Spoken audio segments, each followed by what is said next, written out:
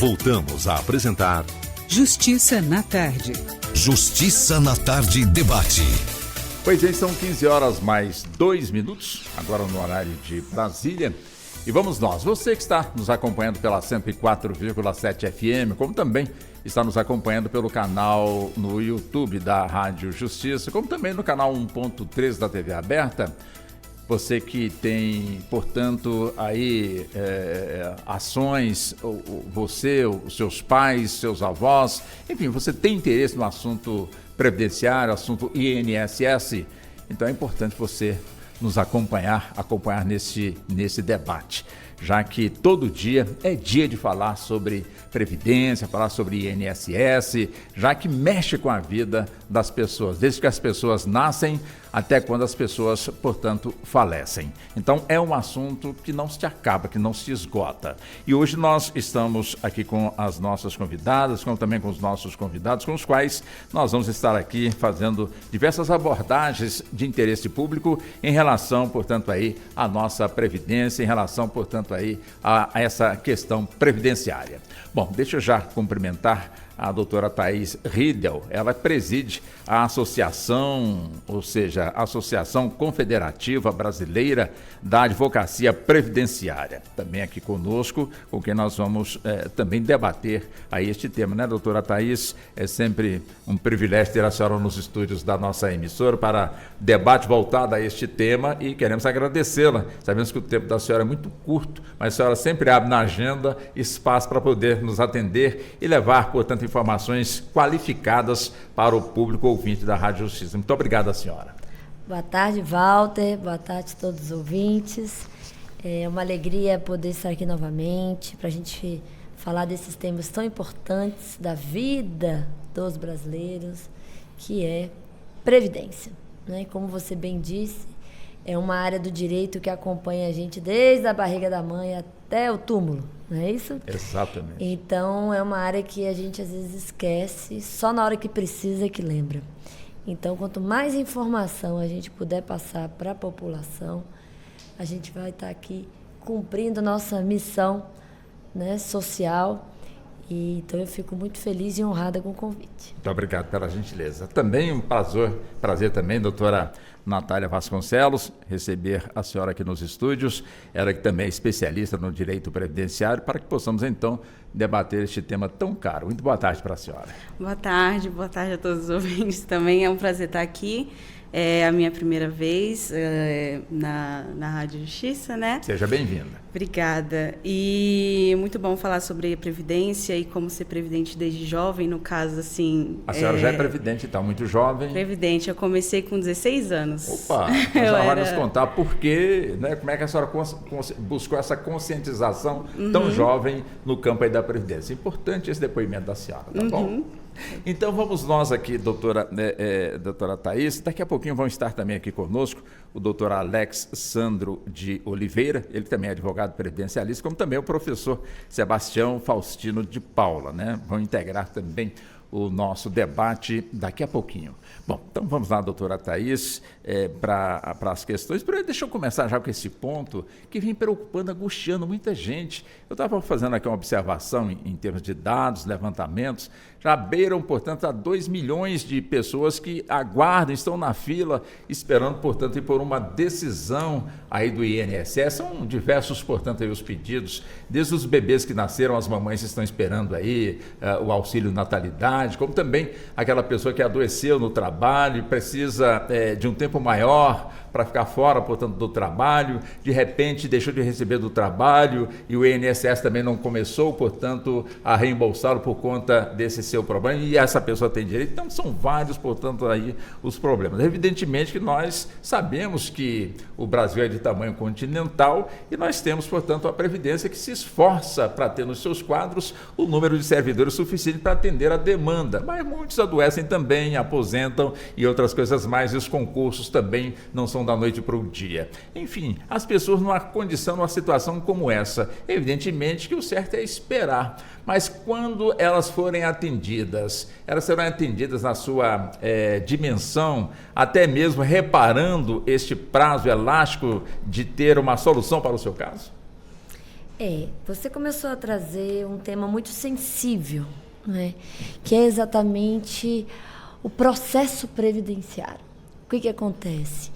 Quando a gente lida com essa área do direito previdenciário, a gente está falando de verba alimentar. Então, o que é a Previdência? A Previdência, ela é um seguro social. Como assim? Da mesma forma que a gente tem um seguro do carro, de algum patrimônio nosso, para se prevenir de situações de risco, é a Previdência. Só que a Previdência é um seguro público e social. Por quê? Porque a gente parte da premissa de que o risco que acontece contigo pode acontecer comigo. Pode acontecer um acidente comigo, um acidente com você. E nós, sociedade, fazemos um pacto de solidariedade, nos unirmos para que todos contribuímos para um sistema.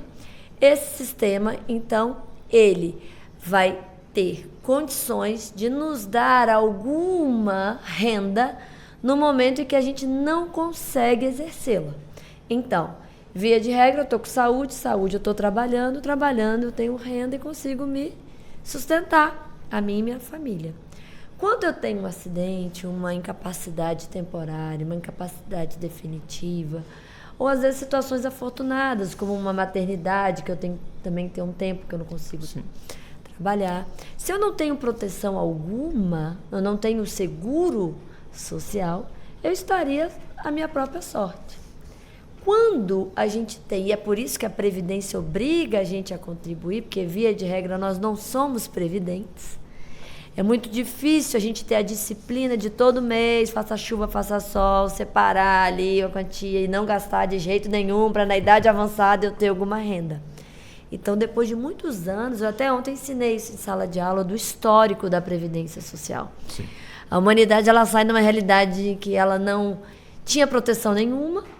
Gradativamente, os trabalhadores, na época da Revolução Industrial, quando eles começam a reivindicar direitos trabalhistas, né? Jornada, estava aquele excesso de trabalho, excesso de exploração da mão de obra.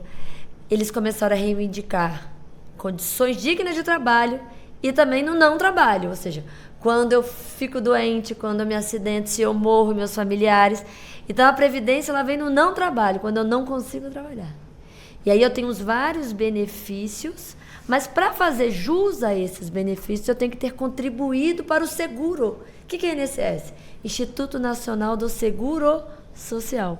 É a autarquia que tem que dar conta de fazer todo esse processamento desses processos. E essa análise, por mais que a gente tenha já há alguns anos uma evolução no sentido de modernização, então hoje qualquer pessoa pode entrar lá no Meu INSS, é um aplicativo que você cadastra seu usuário, uma senha, e ali você já pode fazer alguns requerimentos, já pode verificar o seu extrato, a gente chama de CNIS, Cadastro Nacional de Informações Sociais, que é seu extrato. O ideal é que todo ano a gente entrasse para ver se está certo, porque normalmente a gente só vai olhar isso lá na hora que precisa. Então, na hora que fica doente, vai requerer o benefício, ou na hora que tem um bebê, vai ver o benefício, ou na hora da idade avançada, não é? E aí, às vezes, existem lacunas. Às vezes, aquela empresa que você trabalhou lá em 1900 e bolinha, você acha que ela recolheu e ela não recolheu. Ou um tempo que você era autônomo, você recolheu, mas não está constando. Um tempo que você trabalhou lá no município do estado tal. Então, ali é a sua história. E aí, o INSS, ele tem buscado digitalizar, modernizar, mas ainda assim não tem conseguido vencer o volume de situações que devem ser analisadas. E aí a gente chega num problema muito sensível, porque eu estou falando de verba alimentar. Como eu disse, sim, é um seguro que visa atender a população no estado de necessidade. Então, aquele momento que eu não consigo ter renda, por eu ter um seguro, ele vem e me traz uma renda. Uma renda dentro de um limite entre o salário mínimo e o teto do INSS. O salário mínimo hoje, né, 1.518, o teto já está em 8.157, eu acho, 41 centavos, ainda não decorei, estou decorando. Então, o sistema entende que dentro dessa faixa vai te atender das suas necessidades básicas. E aí isso vai ser feito conforme o cumprimento de alguns requisitos. Isso é muito técnico. Previdência, ela é social e é técnica. Muito Porque técnico. eu preciso provar esses requisitos. E aí essa análise desses requisitos, às vezes exige perícia, às vezes está faltando documentação. E aí é uma via crucis. Aí é onde começa a aumentar o nível de Porque problemas. não basta eu fazer o requerimento. Ai, que bom, hoje o requerimento é online, eu vou lá e faço. Mas ele vai baixar em diligência que você está faltando documento tal, você está faltando documento tal. E aí, o processo mal instruído, ele vai acabar sendo indeferido. Então, hoje, o que a gente tem no judiciário? Infelizmente, muitas ações que não são para discutir uma tese tal, como mais tarde a gente vai falar aqui de tese que estão aqui no Supremo. São discussões simplesmente para implementação de um direito que a parte não pode ficar esperando ad eterno. Então, eu tenho, às vezes, negativas de situações em que efetivamente há o direito, mas às vezes aquilo ali não foi bem avaliado e às vezes nem foi visto porque demorou para me dar a resposta. E aí eu vou ter que entrar com mandado de segurança na justiça simplesmente para me darem uma resposta, Walter. Não é nem dizendo qual. É assim, olha, INSS me deu uma resposta. Enquanto isso, a pessoa está passando fome. Ela está vivendo de favor. E aí, sabe o que pode acontecer para o INSS depois? A consequência. Dano moral. Por quê? Eu tive que meu nome no Serasa, tive lá situação vexatória. Então, o que a gente precisa perceber? A importância de se investir no processo administrativo, ou seja, investir no INSS para que ele possa ter condições de trabalho, os servidores possam ter condições de trabalho, para que possa fazer de uma forma célere, não precise ser judicializado. Para a justiça isso é o que é tese, o que é discussão, porque efetivamente isso tem. Então, eu chamo muita atenção que investimento em previdência, né, a despesa em previdência é investimento em bem-estar da população. E é muito mais caro para o governo uma ação judicial do que um processo administrativo. É cerca de 4 vezes mais caro por mês. O Tribunal de Contas já fez essa análise. Então, efetivamente, acaba que a gente, por não conseguir atender a tempo e a contento essas demandas, o cidadão não tem outra opção a não ser ir para o judiciário. E aí nós temos o INSS hoje como um dos maiores litigantes do país. E a coisa fica muito difícil. Entendo. Deixa eu buscar também aqui com a doutora Natália, ela que, na abertura, né, doutora Natália, a senhora disse que desde a adolescência já se preocupava, portanto, com essa questão previdenciária, tanto que a senhora, de alguma forma, aos 16 anos, já tomou aí providências nesse sentido. O que de alguma forma, a senhora muito jovem, já conscientizou em relação, portanto, a essa questão? Foram exemplos de dificuldades que pessoas ao redor demonstravam e a senhora, poxa, eu não quero passar por isso, deixa eu começar desde cedo. Foi mais ou menos por aí? Foi, eu acho que foi muito aquele empurrão que a gente tem dos pais, sabe? Sim. Começa desde cedo a trabalhar, já tem aquela autonomia, a sua individualidade. Então, eu comecei como jovem aprendiz, eu trabalhei no hospital, já com carteira assinada, eu fiquei por lá 2 anos. E aí eu parei um tempo quando eu fui para ser estagiária, né? O que inclusive eu poderia ter voltado atrás e ser contribuinte facultativa, né? Sim. Depois para assistente jurídica, que eu voltei a contribuir, agora como advogada, voltando a contribuir também. Mas o que a inspiração, assim, foi essa questão de muitas vezes a gente, por ser uma pessoa muito jovem, a gente não pensa que lá na frente a gente vai precisar de algo que poderia ter sido, que a gente poderia ter começado há um tempo atrás. Então vem muito da consciência da gente pensar no amanhã, não só, não, vou viver no presente, porque por enquanto eu não estou precisando, mas aí, como a doutora Thaís falou, a gente tem que ser previdente, né? A gente já tem que pensar nos nossos próximos passos. Então, eu fico muito feliz que eu tive esse empurrão do meu pai para começar mais cedo. Agora, o jovem em si, geralmente, quando começa a receber pelo seu trabalho, ele pensa logo evidentemente não estamos aqui generalizando, a senhora, portanto, fez aí a diferença, né? Mas existem jovens que preferem ter um celular mais novo, uma viagem melhor, uma roupa, né, mais, de certa forma, enfim, mais costurada. Agora, como convencer este jovem? A senhora foi facilmente convencida pelo pai.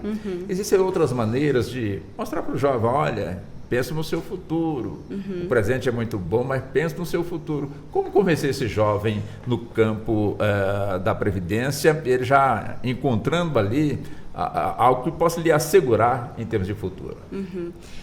Assim, eu acho que muitas vezes a gente só pensa em algo quando dá errado, né? Que nem essa questão que eu falei de, eu poderia ter feito antes. Mas, de pensar antes, eu acho que a gente falta dar uma estudada sobre o tema e o que pode te beneficiar, porque realmente o nosso primeiro pensamento quando a gente ganha, por exemplo, nosso primeiro salário, nossa, eu vou gastar, vou no shopping, vou comprar tudo que eu quero, mas a gente não pensa no que aquilo vai agregar, né? Sim. Então, é muita consciência de onde o meu gasto está indo, onde eu posso reservar meu dinheiro, onde eu posso aplicar meu dinheiro, né? E na verdade, eu acho que também tem muitos jovens que já estão começando essa questão de aplicar, de investir, já estão com uma consciência maior. Então, o importante é desenvolver esse estudo, esse pensamento desde cedo, que eu acho que muita gente já está começando a acordar para esse fato. Interessante a colocação da doutora Natália, doutora Thaís, porque é comum também da gente ouvir pessoas jovens, como também de pessoas já amadurecidas, portanto, aí na vivência, ficarem assim meio que reticentes em relação ao futuro da nossa Previdência. Eu vou contribuir, mas lá na frente, sei lá, que andam dizendo aí que a Previdência, quer dizer, que o Estado não tem dinheiro para bancar, portanto, os aposentados, daqui a pouco os aposentados vão ficar sem salário, eu não vou me preocupar, vou caçar um outro jeito, quem sabe buscar uma aposentadoria privada, que é mais seguro, enfim, essa desconfiança do jovem é da natureza realmente do jovem. A nossa Previdência, de alguma forma, ela nasceu para realmente continuar existindo assim eternamente, doutora Thaís? A nossa Previdência, ela surge em 1923, Lei Eloy Chaves, imitando o modelo alemão, um modelo de Bismarck, Otto von Bismarck. Na Alemanha, em 1883, ali havia como eu disse, né, vem dentro esse período de reivindicações dos trabalhadores, e ali começaram a perceber que precisava o Estado entrar para dar algum apoio, para dar ali, os trabalhadores estavam reivindicando, inclusive, o poder, né, naquele período, Karl Marx, aquelas discussões ideológicas, socialismo e tudo, e aí, então, começaram a criar esse modelo. O Brasil só vem adotar esse modelo que é feito na Alemanha e em vários lugares europeus em 1883, de 1883 a 1889 e em 1923. Em 1923 a gente cria primeiro a Caixa de Aposentadoria e Pensão na iniciativa privada, já tinha para alguns servidores públicos. A partir dali as outras categorias começam a copiar. Então, aí faria uma lei para cada categoria, até que em 1960 a Lopes, Lei Orgânica da Previdência Social, unifica.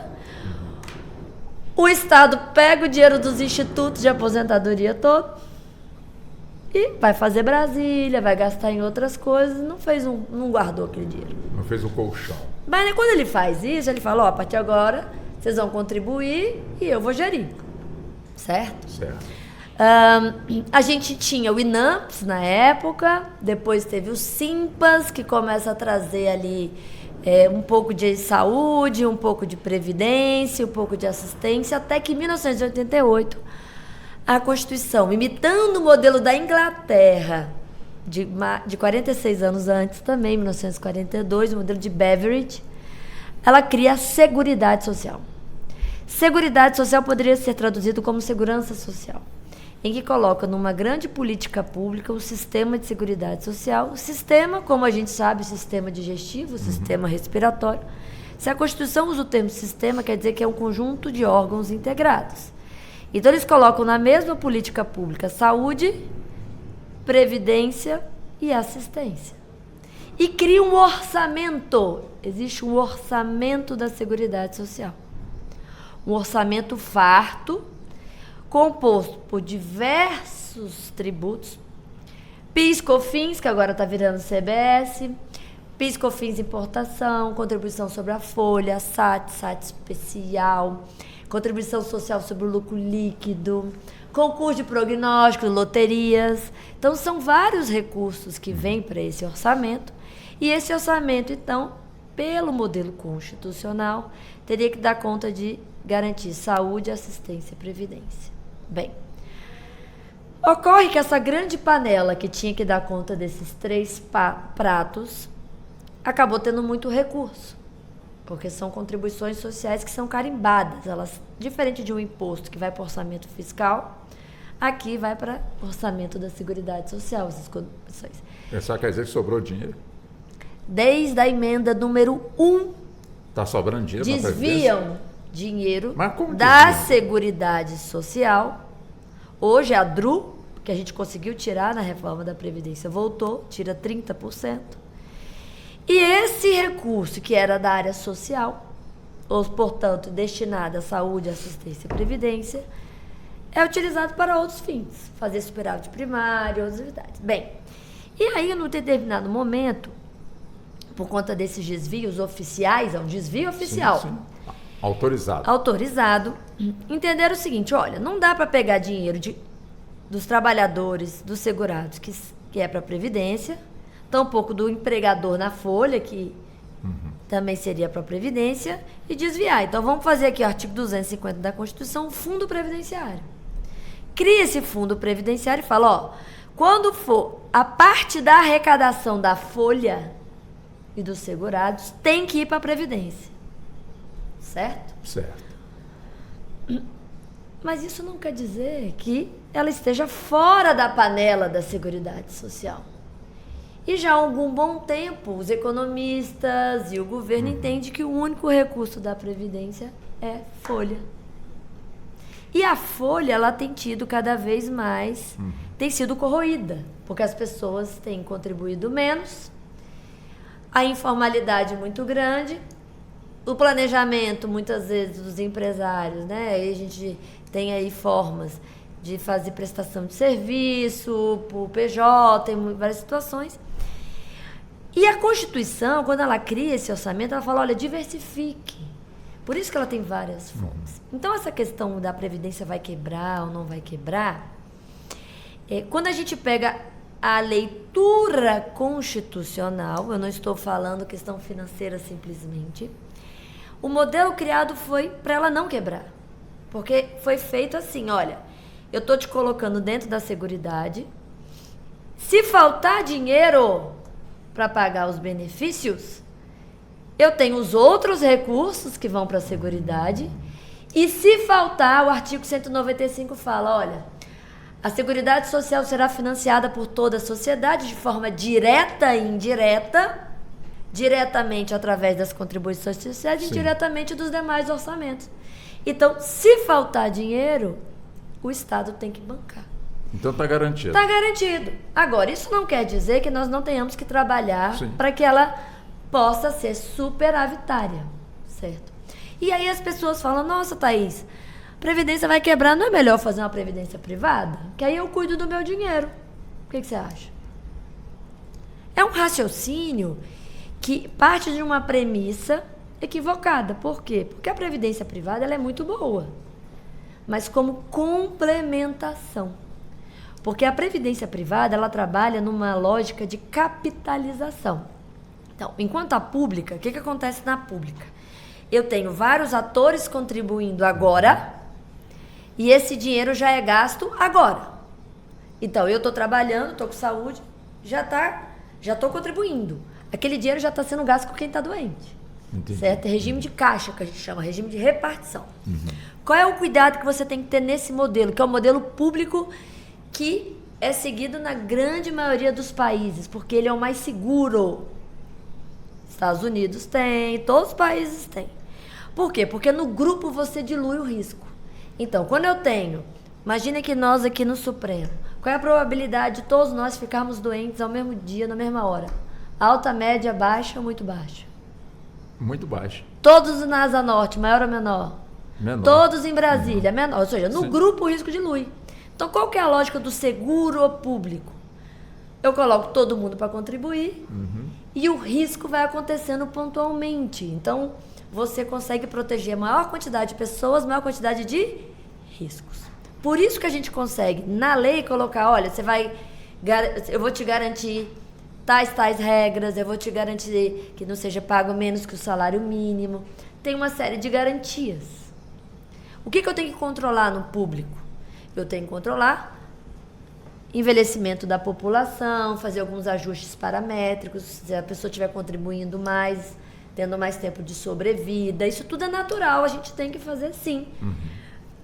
Mas o Brasil, a gente tem ainda uma pirâmide demográfica positiva. A gente ainda está no bônus demográfico, né? A gente tem que ter medidas para quando isso se inverter, porque a população do mundo inteiro está envelhecendo. Só que a Constituição já deu a solução. Qual foi a solução? Diversifica, não fica só na folha. O que lucro tem a ver com o envelhecimento da população? Nada. O que loteria tem a ver? Nada. O que faturamento de empresa? Nada. Então, quando a Previdência foi colocada dentro da panela do orçamento da Seguridade Social e ninguém tirou, é uma leitura equivocada achar que só vai contribuição da folha. Na verdade, foi feito isso para resguardar um pedaço, para não ser desviado na DRU. Mas não quer dizer que ela não faça parte do todo. Então, tem muita discussão sobre isso. E a previdência privada, qual é o problema? É que por ela ser acumulação, eu dependo de um tempo para acumular. E se no meio do caminho eu tenho um acidente e minha acumulação foi pequena, ela vai ser insuficiente para me garantir. Ao passo que a pública ela tem costas largas porque ela tem todo mundo contribuindo. Então, o que eu quero dizer? Que não é uma coisa ou outra, uma não substitui a outra, são lógicas distintas. Agora, a Previdência Pública só vai te proteger até um patamar, ela não vai manter seu poder aquisitivo. O ideal é você contribuir para a pública, porque você tem essa segurança, né, dentro desses patamares, e, se possível, fazer uma privada. Agora, a Previdência Privada tem que conhecer bem o histórico, ser uma instituição respeitada, porque tem um risco de ganhar muito e não ganhar nada. Entendi. Será que a doutora Natália, ela buscou realmente dentro deste campo, deste conceito da busca pela aposentadoria pública, como também pela aposentadoria privada? A senhora já fez, portanto, as contas aí, enfim, os jovens, de alguma forma, eles se preocupam com essa situação, doutora Natália? Pelo que eu vejo, assim, ao meu redor, não muito. Eu entrei cedo, assim, mais preocupada em trabalhar mais cedo, ter essa autonomia, mas não pensando muito na Previdência. O que é um erro, porque eu já deveria pensar nisso desde o início, né?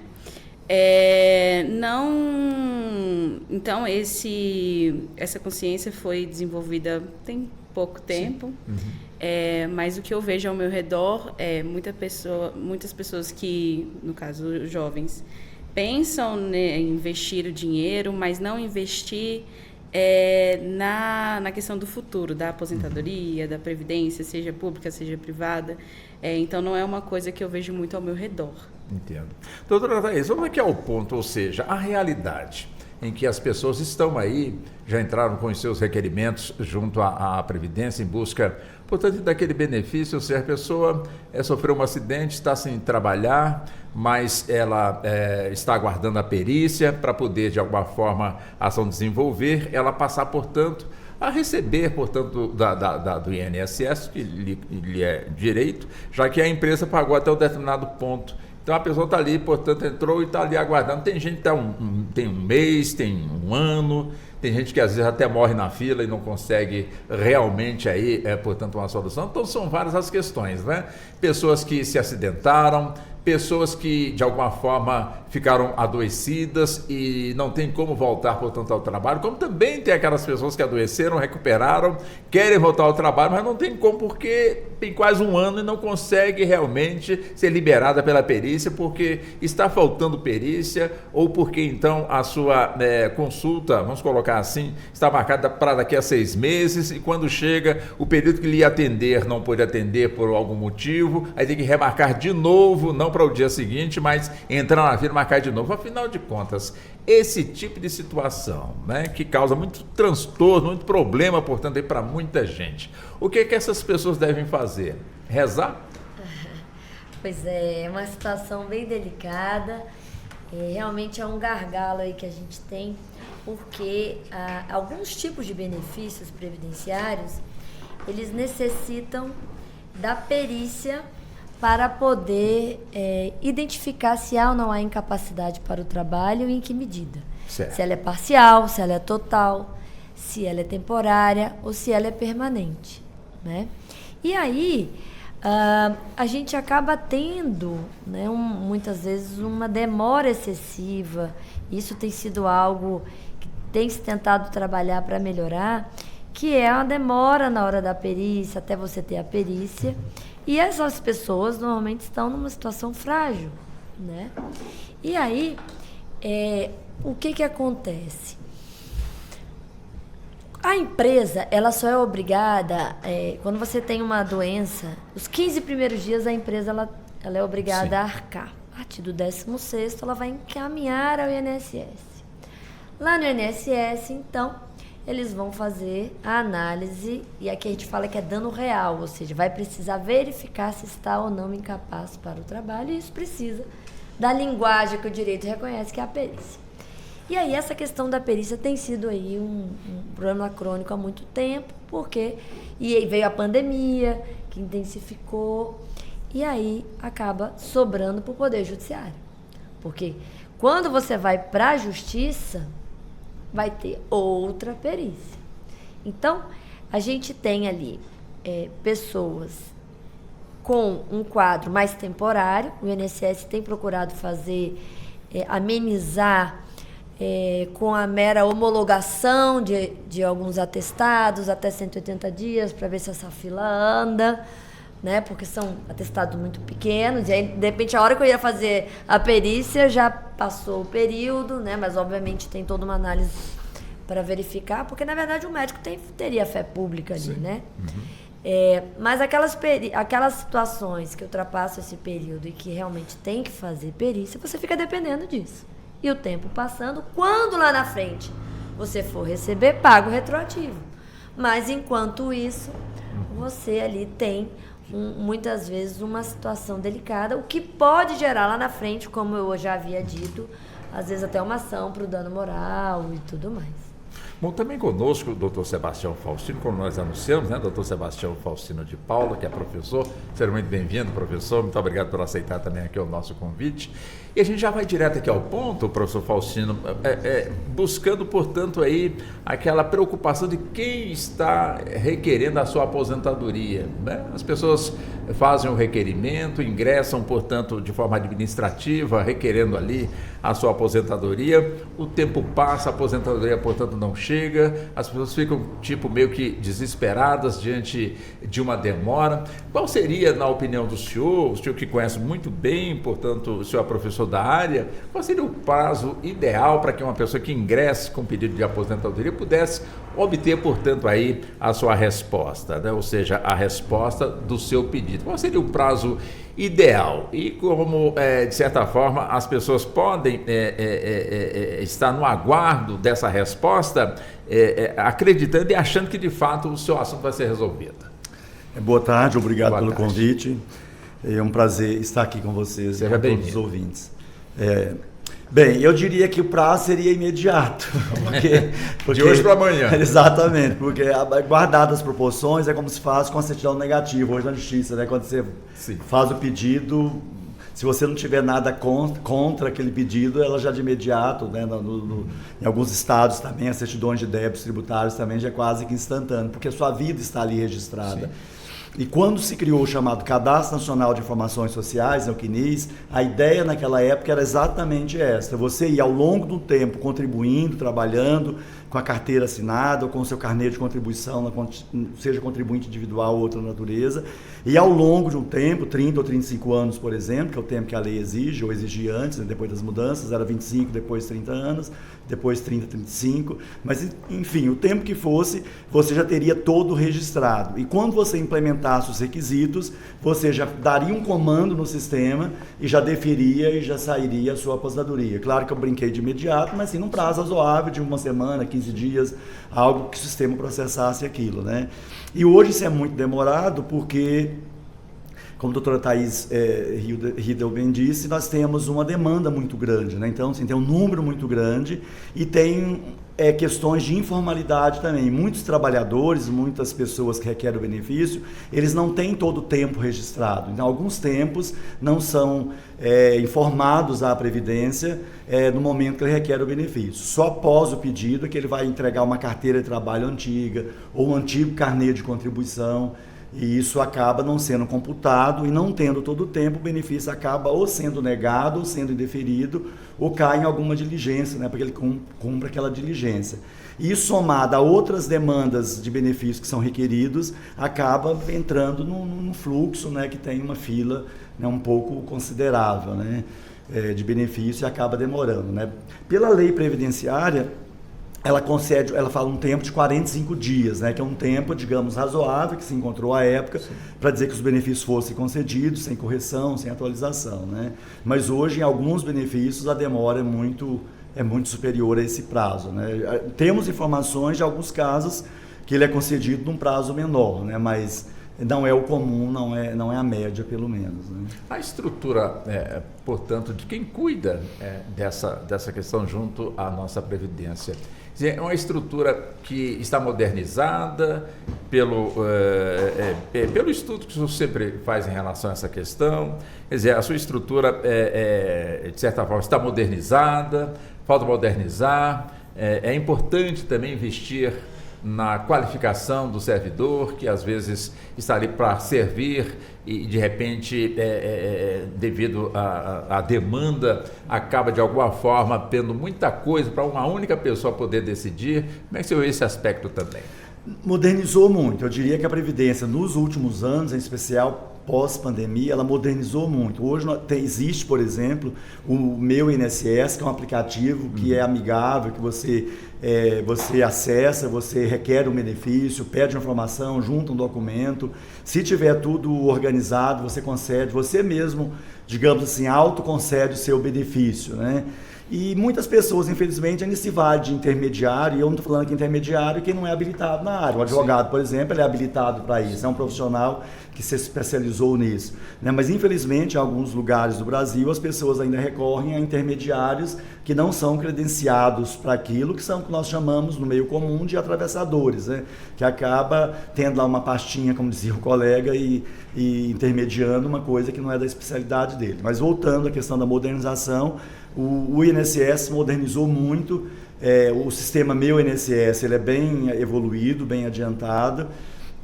Os sistemas em geral da Previdência têm se modernizado nos últimos tempos.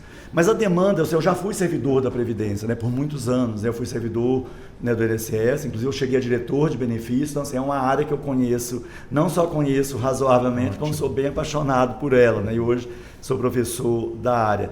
Mas a modernização foi assim, de um avanço imenso, né? Mas a capilaridade da Previdência ainda é pequena em relação à demanda das pessoas que precisam do atendimento previdenciário, né? O Brasil tem mais de 5 mil, alguma coisa próxima a 5.700 municípios, e hoje você tem em torno de 1.000, pelo menos tinha, né, quando eu estava lá, em torno de 1.600, 1.700 agências no Brasil todo. Então, assim, ainda é um número pequeno de agências físicas. Então, você tem um teleatendimento, tem um 135, que é o número que as pessoas podem ligar para tirar dúvida, e tem o próprio aplicativo do Meu INSS. Eu sei que o atual presidente do INSS, o Dr. Alessandro Stefanuto, ele tem feito ações e campanhas junto ao governo para poder ampliar o número de atendimento e colocar mais servidores. A Previdência, nos últimos 5 anos, ela perdeu quase metade dos seus servidores, porque a maioria eram de concursos antigos e boa parte, quase metade, já se aposentou já Então, assim, embora nos últimos 5 anos tiveram 2 ou 3 concursos, mas ainda não repôs nem a metade do quadro que ela perdeu, né? A Previdência chegou a ter 40 mil servidores, né? Quando eu saí tinha 18 mil. No último concurso entraram, salvo engano, em torno de 1.200 novos concursados, mas mesmo assim você pode ver que não repõe, né, 1/5 da mão de obra perdida. Então, assim, existem agências no interior do Brasil, pelo menos na minha época existia, não sei se esse quadro mudou, eu creio que não, que assim, em torno de 30% dessas 1.700 agências só tinha um servidor. Então, você imagina um município com uma população considerável, com um servidor para atender essa demanda. Então, essa sistemática ainda, ainda deve sofrer ajustes para ampliar a melhoria e o atendimento, né? Porque nós temos segurados no interior e beneficiários no interior do Brasil que não tem um acesso a um telefone, né? Um smartphone, por exemplo, um bom telefone para fazer uma prova de vida, para fazer um reconhecimento facial. Eu sei porque a minha mãe tem 87 anos e ela precisou de fazer, né? A minha sobrinha, que é contadora, que foi lá ajudá-la, né? Porque ela não conseguia, né? Não reconheceu, vai, aproxima, afasta, enfim. Eu estou dando um exemplo de prova de vida aqui, que foi, inclusive, nós conseguimos inverter, eu era o diretor de benefício, que nós conseguimos inverter a lógica da prova de vida, porque antes, todo ano, as pessoas tinham que ir numa agência bancária, num local, para provar que ele estava vivo. E na época nós temos assim, olha, quem tem a base de dados é o governo, então é o inverso, o governo tem que saber quem em tese não estaria mais vivo, né? Então, se a pessoa hoje passa pelo sistema do SUS, tomou vacina, fez um documento, renovou um documento, ele não precisa mais fazer a prova de vida. Até o aposentado que recebe mensalmente, também ali de forma no Exatamente, digital. Exatamente. Até o aposentado que recebe o benefício de forma digital já é prova de vida. Então, foi feito um acordo, né, com as instituições financeiras, os órgãos públicos, que quem presta serviço público, a rede do SUS, para poder passar esses dados para a base de dados da Previdência, e ela faz um cruzamento com os aposentados e pensionistas, né? Os números da Previdência são muito grandes, né? A Previdência tem em torno de 37 milhões de aposentados e pensionistas, e isso todo mês é pago para esses aposentados e pensionistas, mais de 56 bilhões de reais. Então, assim, são números, né, vultosos que assustam, né, quando você fala isso para algum público aí, né? E todo mês entra de novos pedidos em torno de 700 a 800 mil novos pedidos. Então, assim, quando nós falamos de indeferimento, né, eu até defendo, né, no órgão que eu trabalho, né, eu sou procurador federal da AGU e atuo na área de previdenciário, né, mas aqui eu estou como professor, sim. Né, falando como professor, que você tem mais liberdade de fazer esses questionamentos aqui. Nós falamos isso, olha, se você for pegar a proporção de ações, né, de ações impetradas contra a Previdência, não é um número tão alto quando você faz uma proporção disso, porque são em torno de 700 a 800 mil requerimentos mês. Né? Se 10% disso fosse negado ou indeferido, já seria assim, 70 mil novas possíveis ações judiciais. Então, assim, o universo é muito grande, né, quando se fala em Previdência Social. Né? Assim, a Previdência tem um volume de pessoas, de beneficiados e de recursos que é maior do que o PIB de muitos países. Então, assim, os números são muito volumosos, né? Mas obviamente que nada disso justifica um não atendimento, né, eficiente, ágil, rápido. Com certeza ainda tem muito a ser melhorado, né? A inteligência artificial, doutora Thaís, nessa demanda, seria importante no sentido de encurtar filas e facilitar ainda mais a vida do servidor, facilitar no sentido, né, dele ter ali centenas de processos que terão que passar por ele pela análise e uma definição. Quer dizer, a inteligência artificial ajudaria ou, de certa forma, ela resolveria, portanto, aí a questão? Onde é que eu quero chegar? É importante, onde tem a inteligência artificial, tenha também um servidor qualificado para poder estar no comando ali e finalizar, portanto, aí essa questão? A inteligência artificial, ela veio, a Revolução 4.0, a última revolução industrial da inteligência artificial. Acho que ela tem tido um papel muito importante e ela deve ser instrumento. Então, vejo que se ela for um instrumento, ela pode agilizar muito, mas ela não vai substituir totalmente. Porque, como o doutor Sebastião estava falando, se eventualmente tudo na sua vida foi cadastrado corretamente, você vai aposentar rápido. Porque a inteligência artificial vai olhar ali, ok, está tudo ok. Entretanto, somente a visão humana que compreende toda todos os detalhes do direito previdenciário, consegue interpretar ali e identificar o que deve ser feito, né, nessas situações de lacunas, né, situações em que a inteligência artificial não vai ter o elemento para fazer a análise, você vai ter que ver o que deve ser feito. Então, assim, a inteligência artificial, quando o seu processo estiver tudo ok, seus dados estiverem todos certinhos, ela pode agilizar uma análise. Mas se está faltando um documento, está faltando um período ali que você vai ter que completar, aí você vai precisar efetivamente, ela não vai ter como resolver. Então, eu acho que é uma nova realidade, o judiciário tem utilizado, a advocacia tem utilizado, a área de serviço tem utilizado também, mas ela jamais vai substituir. E aí eu me preocupo com uma coisa, a gente está lidando com seres humanos, então a gente não pode perder, né, esse tratamento humanizado.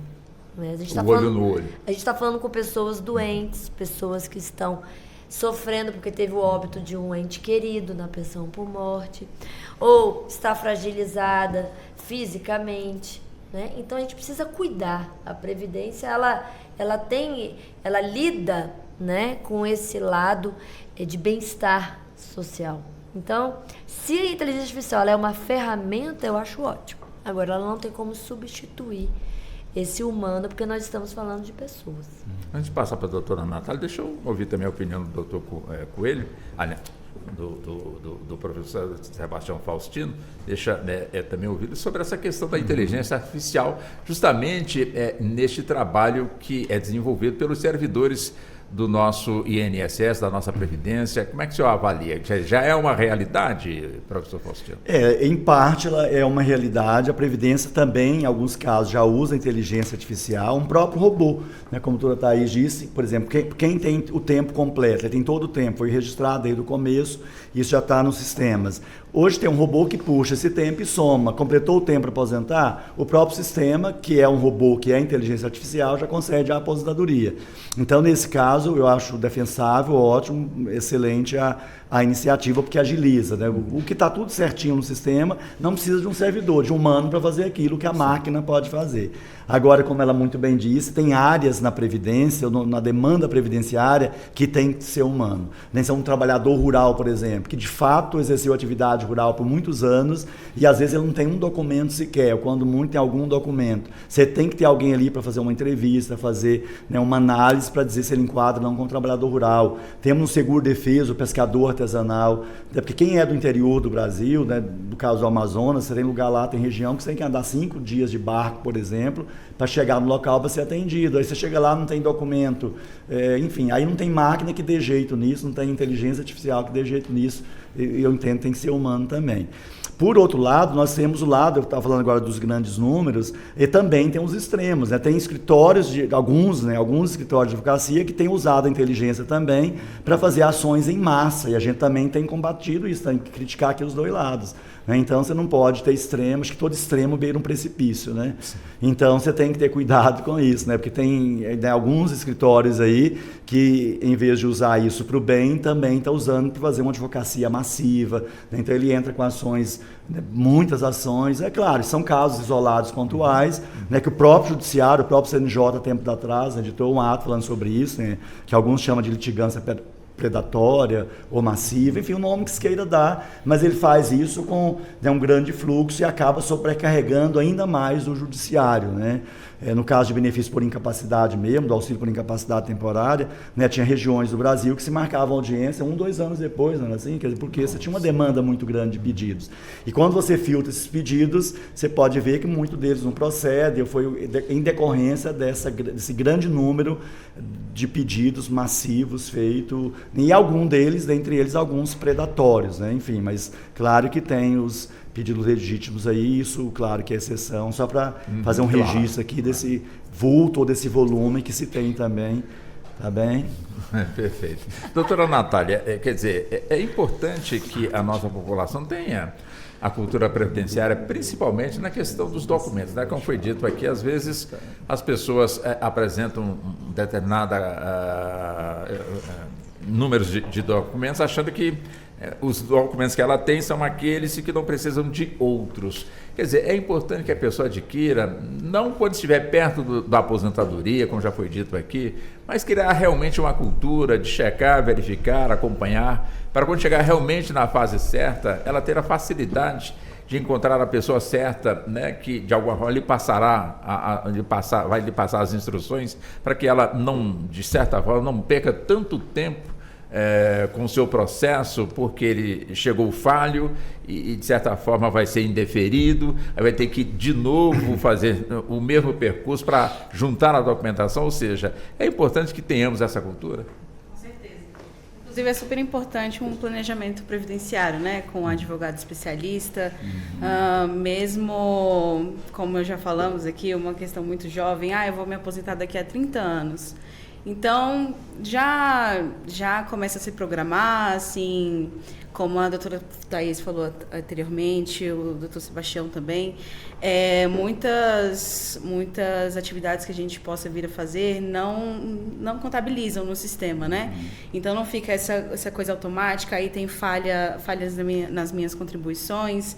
Então, quando a gente faz um planejamento previdenciário, a gente já checa essas questões de pronto, assim, a gente está se prevenindo de problemas futuros, né? Como a doutora Thaís também tinha falado no início, que seria bom a gente sempre checar no CNIS, todo ano. Eu trabalhei tal período, não está aqui, por que será? Deixa eu ver se tem alguma comprovação dessa contribuição. Então, um planejamento, mesmo que seja daqui a tantos anos eu vou poder me aposentar, é sempre muito importante. Doutora Thaís, quer dizer, a questão evidente do rigor na verificação da documentação de quem busca algum tipo de benefício junto à Previdência se dá justamente por conta também dos ataques contra os próprios cofres da nossa Previdência através de, vamos colocar assim, né, de quadrilhas especializadas que de alguma maneira tentam burlar a segurança da instituição e dessa forma usufruir de forma criminosa recursos que estavam ali destinados para, como determina, portanto, a legislação, e muitos tentam de alguma forma ali furarem, portanto, aí essa questão da segurança, fazendo com que a Polícia Federal, de alguma forma, saia para poder desvendar tudo isso, resgatar o dinheiro que, de alguma forma, indevida foi repassado. Quer dizer, essa questão também, de alguma forma, contribui para que a Previdência, de alguma maneira, ela esteja na situação, né, em que está tentando sair, portanto, dessa dificuldade para poder atender melhor aí a população que tem demorado muito na espera para ter os seus benefícios. Como é que a senhora vê também essa questão aí desses ataques? Na verdade, infelizmente, a gente ainda identifica, né, algumas fraudes em relação ao sistema, e quando você também digitaliza, você tem, né, todos em nível cibernético, né? Então, é algo que sempre a gente tem que buscar com o combate, mas a gente também não pode... às vezes eu fico meio brava. Por quê, doutora? Porque, por conta dos fraudadores, muda a regra e a maioria que faz tudo certinho acaba sendo prejudicada. Então, eu acho que uma coisa, outra coisa, outra coisa. A exceção é a exceção. Então, não é a regra a fraude. A fraude é a exceção. Deve ser combatida, deve ser prevenida, deve ser evitada e punido aquele que está fazendo, porque você... o crime, né, a gente até tem uma parte, né, que a gente fala, né, aula que a gente dá também, que é sobre crimes contra a Previdência, né? Quando você sonega ou quando você falsifica algum documento, tudo isso você gera uma lesão muito grande numa área muito sensível, né? Então é algo muito sério, né, que a gente tem que ter todo o esforço possível para combater. Mas, às vezes eu vejo a mudança da regra por conta dos fraudadores. Porque estão fraudando, então eu vou mudar a regra e vou botar um requisito mais difícil. Né? Então, eu acho que é o contrário. Fraude, a gente combate fraude. Agora, a gente tem que ser justo nas regras. E o difícil do previdenciário, e é um ponto que a gente ainda não falou, é que já tiveram muitas mudanças ao longo do tempo. Então, não é simples assim, vou pedir minha aposentadoria. Tá, mas você conseguiu o requisito em que período? Você pode estar numa regra que já passou, mas você tem o direito adquirido, ou você está numa regra de transição. Então, previdência foi aquilo que eu falei aqui no começo. Ela é social, mas ela é muito técnica. Você tem requisitos que devem ser cumpridos e provados. Então, qual que é a situação que a gente se depara? Às vezes, a pessoa não tem o requisito e quer fraudar. É uma situação. Às vezes, ela não tem o requisito e tem que se planejar. Às vezes, ela tem o requisito, mas não consegue provar. Isso é muito triste. Porque ela trabalhou na empresa lá no interior, em 1900 e bolinha, ela trabalhou e o empresário, na época, não recolheu. E a empresa não existe mais. E ela não tem a carteira. E aí? Então a gente fica procurando meios e modos de tentar provar que efetivamente houve aquele vínculo. Ou seja, provar a realidade. Eu tive um trabalhador rural que trabalhou, mas às vezes ele não tem um documento. Então a gente tem esse pessoal que efetivamente teria os requisitos, mas não consegue provar. E os que têm os requisitos e tem que fazer um processo bem instruído, juntando adequadamente. Por isso que é sempre importante você fazer uma análise muito criteriosa, detalhada, para que você possa levar ao INSS as informações para ele poder te dar o benefício de forma mais rápida, porque você efetivamente levou todos esses documentos. Então, eu tenho sucessivas reformas da Previdência que foram alterando esses períodos e eu ainda tenho que identificar qual regra você entra, qual é a situação, porque às vezes você consegue pegar mais de uma regra. E o servidor do INSS tem a obrigação de te conceder o melhor benefício. Isso. Às vezes eu estou me aposentando numa regra que não é o que tem um cálculo melhor. Porque eu sempre digo que Previdência tem o quando e o quanto. A gente fala assim, quando eu vou aposentar? Mas às vezes se eu ficar mais um pouquinho eu consigo pegar uma outra regra que eu consigo um cálculo melhor. Então, é uma área realmente complexa, mas que a gente tem que procurar ser previdente. Ou seja, como eu falei, está conferindo se os meus dados lá no INSS, que hoje é público, eu posso agora baixar meu INSS e já vai conferir o meu CNIS. De olhar, Cadastro Nacional de Informações Sociais, que é meu extrato na Previdência. Porque aí eu estaria vendo, peraí, meu empregador não está recolhendo, vamos lá ver. Ou, o período que eu recolhi como autônomo que não constou. Não estou deixando para daqui a 20 ou 30 anos olhar isso. Porque às vezes depois, infelizmente, eu não consigo provar. Então não é questão de fraude, é não conseguir a prova. Bom, nós temos mais uma hora de programa, estamos vencendo a primeira hora, doutor Sebastião, doutora Thaís, como também doutora Natália, mas nós vamos sair para o intervalo, peço licença, mas daqui a pouco nós vamos estar de volta e vamos avançar nesse tema que é tão caro para a nossa população brasileira e as informações aqui tão preciosas no campo do conhecimento dos nossos ouvintes. Intervalo, voltamos em instantes, até já. Você está ouvindo Justiça na Tarde.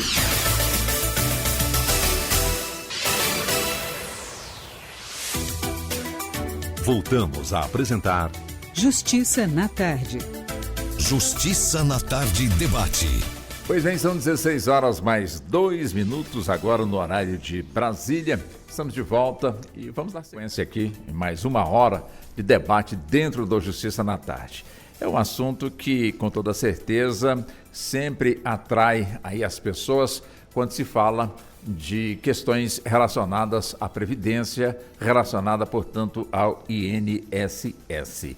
Deixa eu buscar com o doutor Sebastião Faustino, de Paula, doutor Sebastião, como também a doutora Thaís Riedel, como também a doutora Natália Vasconcelos. Deixa eu entrar num tema que, com toda certeza, o Brasil todo está esperando, que é a questão da revisão da vida toda. Ou seja, pessoas que aguardam decisões em relação a essa questão. Em que pese que essa decisão foi decidida aqui pela Suprema Corte, mas que agora decide através, estava a princípio no voto virtual, agora será no voto físico o julgamento, uma vez que a questão é justamente essa. Num primeiro momento, o Supremo julgou e entendeu que as pessoas tinham direito à revisão da vida toda. Então, aquelas que estavam com processos bem encaminhados, ganharam a causa, receberam, portanto, os valores E no segundo momento o Supremo entendeu que a revisão da vida toda não poderia existir. E agora a decisão é saber se quem recebeu se tem que devolver ou se não tem que devolver. Ou seja, essa questão da revisão da vida toda, quer dizer, quem busca essa revisão seria para quê? Para que o nosso ouvinte de alguma forma possa entender. Muitos podem estar pensando, eu não entrei, mas pelo menos estou livre de não poder devolver o dinheiro. Outros, eu recebi, mas por que eu não posso continuar recebendo? Enfim, como é que o senhor avalia essa questão, doutor Sebastião? É só para fazer um parênteses aqui, para entender o que é essa famosa revisão da vida toda, tem que lembrar o seguinte: quando vem a Constituição de 88, como que era feito o cálculo? Eram os 36 últimos salários de contribuição. Certo. Então, assim, era muito comum uma pessoa contribuía sobre renda mínima, salário mínimo a vida toda, faltando 3 anos para se aposentar, ele subia, mudava para o teto, enfim, eu tinha um aumento nas suas contribuições.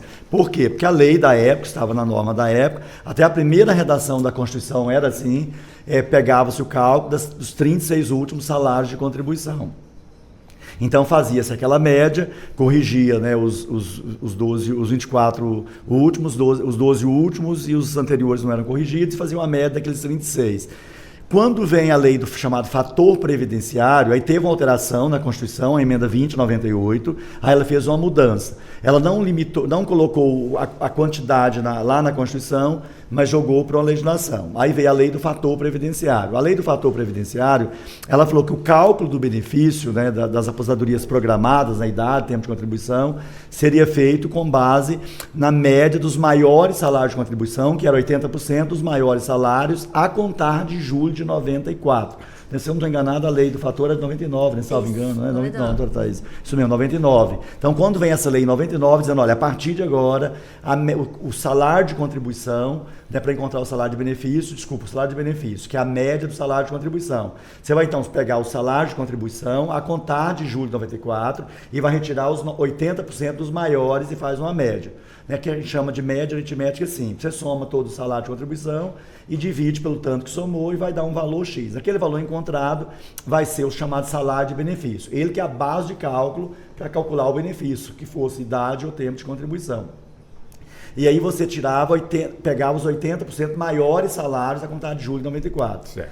Bem, e lá tinha o parágrafo 3º, o artigo 3º, que é o seguinte, olha, essa regra valeria a partir de quem ingressasse no sistema a partir dali. Aí foi a dúvida, né? E quem já era segurado antes? Pode ou não pode usar, inclusive, os salários anteriores? Porque, de repente, ele teve salários anteriores maiores do que os após 99. Aí, alguns advogados... E, claro, a leitura feita à época era, assim, era uma leitura razoável. Digamos que ele teve salário de contribuições maiores antes de 99. Porque eu não somo todos, por exemplo, e faço uma média? Aí começou, né, achamos que recebeu esse nome de revisão da vida toda, que era para pegar todo o período da vida contributiva dele. Esse é o nome, né? E a AGU, a PGF, eles contestaram, diziam, olha, a lei vale a partir dali, porque o cálculo anterior não era de todo o período, era só os 36 últimos salários de contribuição. Bom, aí essa briga durou muito tempo, né? Essa briga, no bom sentido, né? Esse litígio, né? E até que teve essa decisão, né? Então, consolidou que aquela regra ali valia, né? O sistema trazido pela lei do fator previdenciário de 99 estava válido, que só faria a média do salário de contribuição a contar de julho de 94 para frente, tá bom? Quando vem agora a emenda constitucional 103 de 2019, ela consolida, inclusive ela aumentou, ela fala a média de todo o período, e não só das maiores contribuições, como estava na lei do fator. Então agora, para encontrar o salário de benefício, faz o cálculo de todas as contribuições a contar de julho de 94. Né? Ou seja, despreza, em nenhum sentido nem outro, considera as contribuições anteriores a julho de 94. Né? E a revisão da vida toda buscava isso, em alguns casos, poder considerar as contribuições anteriores. Essa questão de devolver ou não vai depender da modulação que você está fazendo, né? E quem já recebeu, por exemplo. Entendeu? Aí como é alimento, quer dizer, que eu estou como professor, eu entendo assim, quem já recebeu isso? Isso para mim é verba, né, alimentícia, né, é complexo, quem já recebeu isso ter que devolver.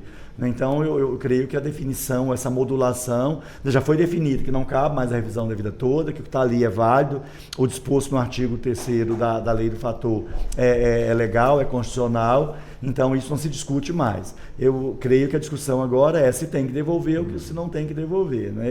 Então, acho que a discussão agora gira em torno disso. Essa matéria é muito bem explicada pelo doutor Sebastião, doutora Thaís. Quer dizer, no entendimento da Suprema Corte, bateu o martelo, então não se tem revisão da vida toda. Agora, essa matéria pode voltar via Congresso Nacional e, de certa forma, ter um amparo devido para que se requeira, portanto, aí essa revisão? Então, essas sucessivas alterações das normas, elas acabam gerando, às vezes, interpretações, né? E o judiciário é chamado a se pronunciar quando surgem essas teses. Certo. Né? Então, assim, a gente que tem atuado já, eu estou há 20 anos em matéria de direito previdenciário, a gente costuma ouvir, né, dentro das discussões envolvendo essa matéria, uma preocupação com o custeio. Aqui não daria para majorar porque tem custeio, né? E é algo efetivamente que tem preocupação. E a revisão da vida toda, o que gerou tanto e tem gerado tanta ansiedade, né, das pessoas, foi porque o judiciário, na análise dessas teses, vai demorando muito. Então, eu tenho pessoas que fazem esse pedido no judiciário. O judiciário, num primeiro momento, alguns juízes entendem que sim, outros entendem que não. Quem entende que não, recorre.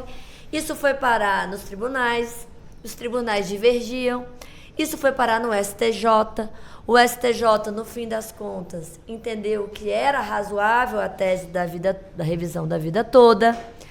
E o tempo passando. Tem gente que já teve trânsito e julgado da ação lá atrás e está recebendo de boa fé, né?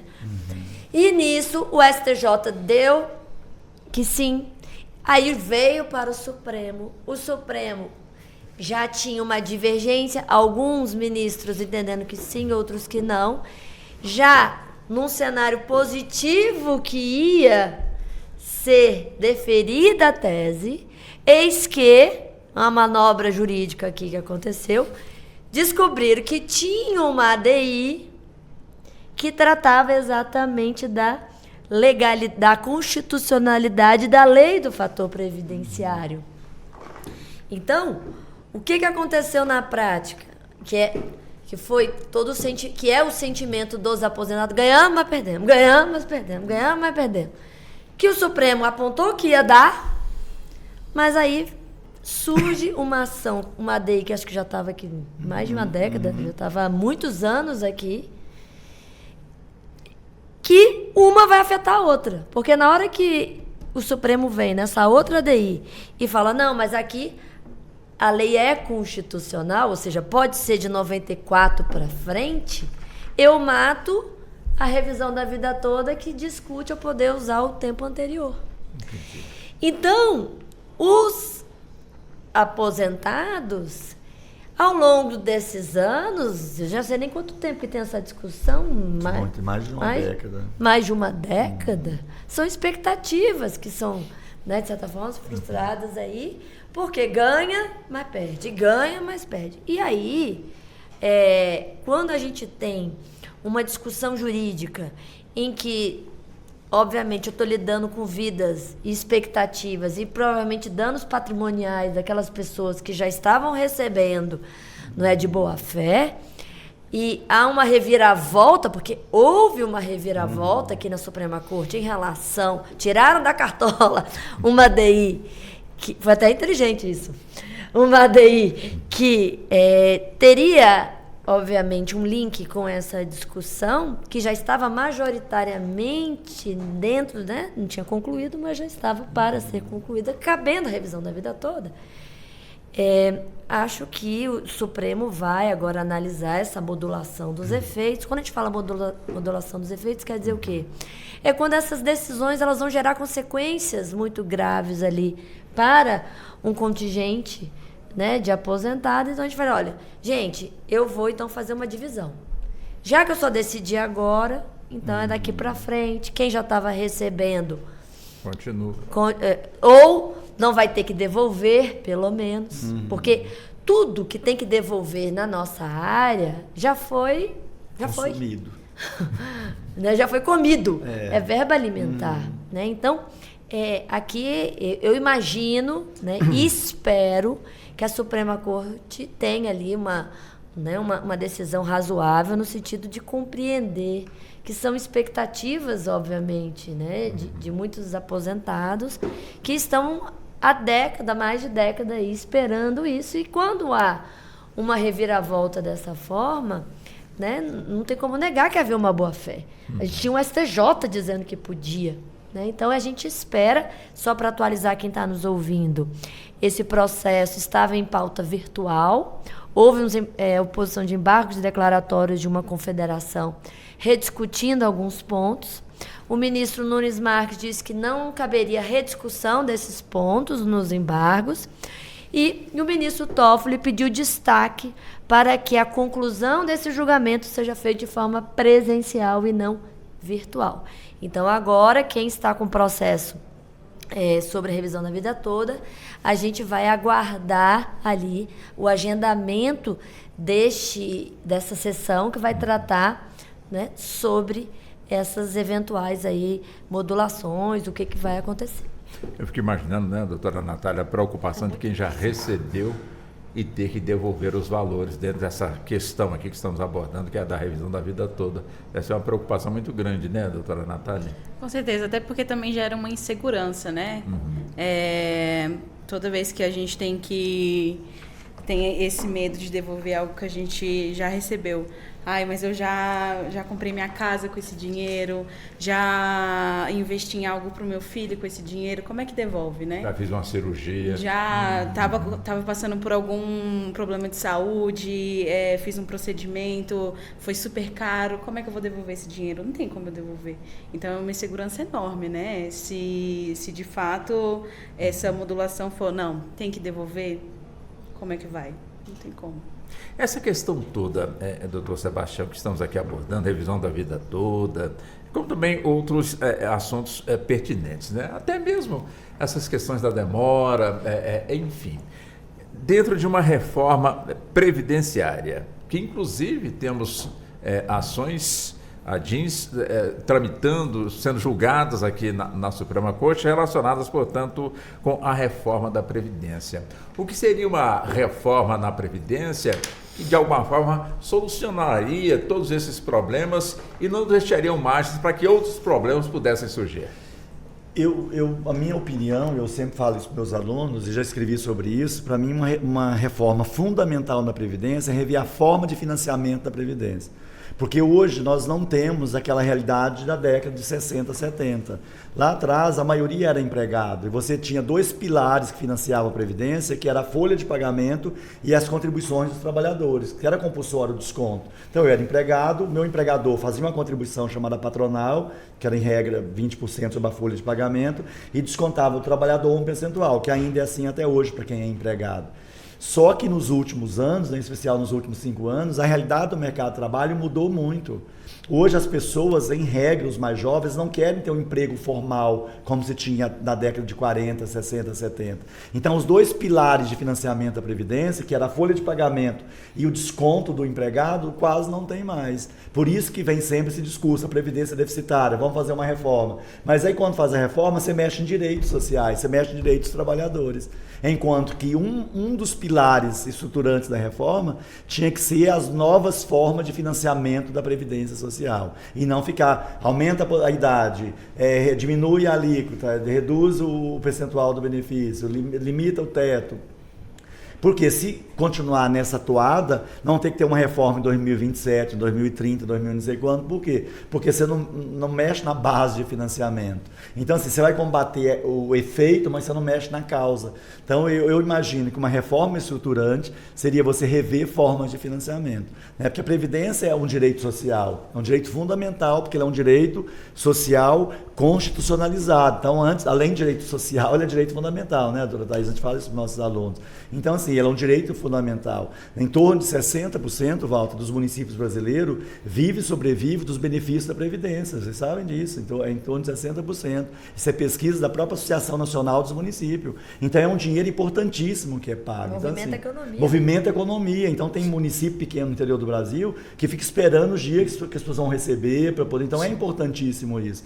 Mas uma reforma que só tira direito, não vai levar a lugar nenhum, porque a pirâmide está invertendo. Então, tem mais pessoas hoje recebendo benefício, ou proporcionalmente, um número grande recebendo benefício, e menos pessoas contribuindo para o sistema. Então, nós temos que começar a buscar receita de outras fontes, de outros lugares, que já é previsto na Constituição, no artigo 195, lá, né, as várias formas de financiamento da Previdência, da Seguridade Social como um todo. Então, no meu ponto de vista, né, eu sempre falo isso para os meus alunos, escrevo isso, tem que rever a forma de financiamento da Previdência Social e da Seguridade Social como um todo. Doutora Thaís. O que o professor falou vai ao encontro do que eu já havia dito aqui. A Constituição, no primeiro momento, ela pensou a Previdência dentro do orçamento da Seguridade Social. Ela não disse que tinha que ser só a folha. Isso foi uma mudança que foi feita, que no meu caso, assim, eu entendo que foi uma deformação do que foi pensado de forma originária. A solução está na própria Constituição. Qual é? No custeio. A Constituição ela traz vários princípios constitucionais e um deles é a diversificação na forma de custeio. Ou seja, tenha várias fontes e não apenas a folha. A folha não dá mais para ser a base de sustentação da Previdência. E aí eu até escrevi isso no meu último capítulo do meu livro, A Inseguridade Social no Brasil, Desafios para uma Seguridade 4.0, eu lido sobre o futuro, né, da Seguridade. E um ponto que eu abordo é exatamente esse que o professor falou, que a gente tem que reformar para modernizar de acordo com os novos riscos atuais. Previdência não é para proteger risco, eu comecei a minha fala falando aqui. Sim. E o risco mudou. A pandemia mostrou que um vírus da China gerou despesa para a Previdência do Brasil. Porque hoje o mundo está todo conectado. Então, o mundo inteiro começou a repensar proteção social, proteção previdenciária a partir da pandemia, no sentido de que a gente tem que ter um Estado previdente, um Estado que pense meios e modos de cuidar da população porque as situações de risco acontecem. Mas a gente tem feito reformas, essencialmente, com a visão de redução de despesa. Quando você pega a pizza de despesas do Brasil, você olha lá, Previdência, a despesa cara. Vamos mirar em redução de despesa. Eu mostro sempre para meus alunos que uma das grandes economias da reforma foi o cálculo. O cálculo hoje de um cálculo do benefício reduziu bastante o valor dos benefícios. E a gente pouco tem olhado para o custeio, ou seja, se a gente está conseguindo arrecadar suficientemente, se a gente está modernizando nessas fontes. Na Europa, por exemplo, você está falando de robotaxi. O que é isso? Se eu tenho uma inteligência artificial, uma máquina que está substituindo 1.000 postos de trabalho, esses 1.000 postos são menos 1.000 pessoas que estariam de carteira assinada contribuindo para a Previdência, então eu vou exigir que essa máquina me contribua para a Previdência. Se eu tenho hoje trabalhadores informais que deveriam estar contribuindo para a Previdência porque eles são autônomos, para nós, Previdência, pouco importa se eles são carteira assinada ou não. Recebeu renda do trabalho, tem que contribuir. Mas se é peixe pequeno, não consegue te pegar. O que a Europa tem feito? Toda vez que você vai lá numa plataforma comprar um produto, uma comida, um produto na plataforma, 0,0 alguma coisa já vai para a conta social dos trabalhadores de plataforma. Então, toda vez que a gente joga para a pessoa fazer, historicamente é comprovado que a gente não é previdente. Eu tenho que criar mecanismos, e aí o fisco tem que entender também que o dinheiro hoje muda. Eu tenho um brasileiro morando na Alemanha, trabalhando para uma empresa espanhola, e cadê? Ele vai aposentar onde? Ele está contribuindo para onde? Empresas que, para poder... ela tem a sede no lugar, mas o pessoal está trabalhando virtualmente em outro. Hoje o mundo é esse.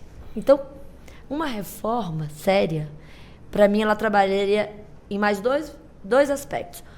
Questão de despesa, a gente sempre vai ter que olhar. Eu acho que não é fechar os olhos, mas aí a gente tem que reanalisar o risco. Então, se eu entendo e eu provo que a população está conseguindo trabalhar mais. Trabalhar mais, não é só viver mais, porque não adianta viver mais e não conseguir trabalhar mais. Se eu provar que ela está vivendo mais, eu vou fazendo reajustes paramétricos em termos de idade mínima para aposentar. Agora, se eu nem fui ver, eu botei que o trabalhador de mina subterrânea, ele vai aposentar com 55 anos e acabou. Eu não sei se ele consegue chegar lá. A gente tem que ver, analisar o risco. Bem, então, além dessa questão, a gente tem que rever as fontes de custeio. Eu dei aqui alguns exemplos do que a Europa tem pensado, né? Pactos internacionais entre países na arrecadação e tudo mais. E a gente tem que reduzir acidente de trabalho. O Brasil é um dos recordistas mundiais de acidente do trabalho. Tem alguma coisa que ferra mais o sistema do que o acidente do trabalho? Eu tenho uma pessoa que iria contribuir 30, 40 anos. No 5º ano ela tem um acidente de trabalho, ela sai de receita e vira despesa. Então, os países sérios, eles investem em prevenção do risco. Então, nós temos que... E são situações que geram despesas para a Previdência. Então, sim, temos muito a reformar, mas não é só reduzindo direitos. A gente tem, sim, que conseguir restabelecer uma Previdência que a população possa acreditar, Walter. A população hoje não acredita na Previdência. Aí ela fala assim, não, se eu puder, eu vou pegar e vou contribuir em outra coisa, vou fazer outros investimentos. E ninguém vai conseguir proteger como a Previdência, porque ela é solidária.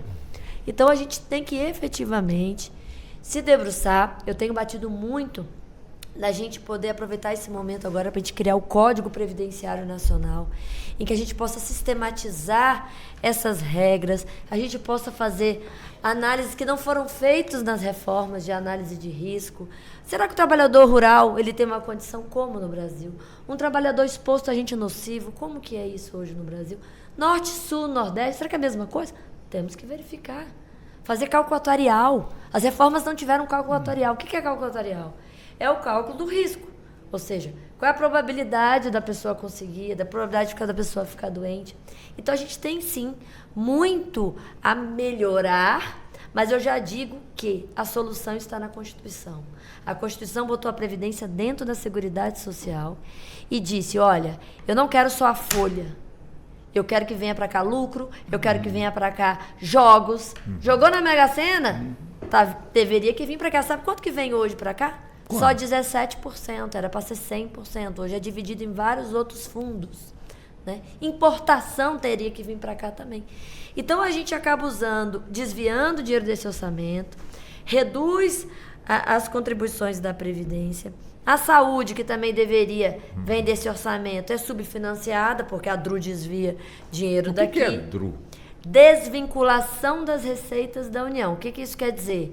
Quando a Constituição criou essas várias contribuições sociais que tem que ir para a social, tem que ir para a SUS, tem que ir para a saúde, tem que ir para a assistência e para a previdência, concorda que o governo, e aí são todos os governos, eu não estou falando mal desse ou daquele, todos, você fica com o orçamento preso, porque a Constituição mandou gastar com saúde, assistência e previdência. Então, a DRU, o que ela faz? Ela desvincula, ela fala, olha, o Congresso fala, eu autorizo você, governo, pegar 30% desse dinheiro que era para saúde, assistência e previdência e gastar com o que quiser, com outras coisas. E aí vai para lei de diretrizes orçamentárias, tem lá outras regrinhas. Na época da reforma da Previdência, a primeira, a PEC 287, ainda no governo Michel Temer, teve a CPI da Previdência. E lá ficou muito claro que havia uma contradição em o governo vir querer reduzir despesa e, ao mesmo tempo, ele está desviando isso. Tanto é que, na reforma em 2019, a DRU foi extinta. Mas ela já foi retomada. E vai ser agora até 2032. Então, o que eu quero dizer? É um assunto meio chatinho, é um assunto de orçamento, a população não entende, mas ele é crucial, porque é de onde vem o dinheiro. E quando a gente diminui direito porque não tem dinheiro, a gente tem que pensar como ter dinheiro. Ou seja, eu não posso reduzir direito social porque a economia não está bem. Eu tenho que pensar o contrário, eu tenho que utilizar a meu favor como a economia está, achar fontes de riqueza que possam ser investimento para essa área que é a área de bem-estar. Doutor Sebastião, você gostaria de fazer mais alguma colocação em cima? Sim. Não, é nessa linha mesmo. Inclusive, a minha dissertação de mestrado, meu tema foi exatamente esse, sem nós nunca, eu e a doutora Thaís, ter falado exatamente especificamente sobre esse tema. A minha dissertação foi se a contribuição social previdenciária, que é a folha do desconto trabalhador, se é fonte única ou subsidiária da Previdência. É subsidiária, não é fonte única. Porque o artigo 195, aqui foi uma escolha do Constituinte, ela muito bem diz, foi uma escolha do Constituinte que a Seguridade Social iria abranger 3 áreas: saúde, assistência e previdência. Então, pegou-se 3 direitos sociais previsto no artigo 6º da Constituição e os colocou no 194 da Constituição, que é a Seguridade Social, que compreende saúde, assistência e previdência. E o próprio artigo 195 da Constituição diz que a Seguridade Social, que são as 3 áreas, ela será financiada com recurso vindo, ele vai enumerando.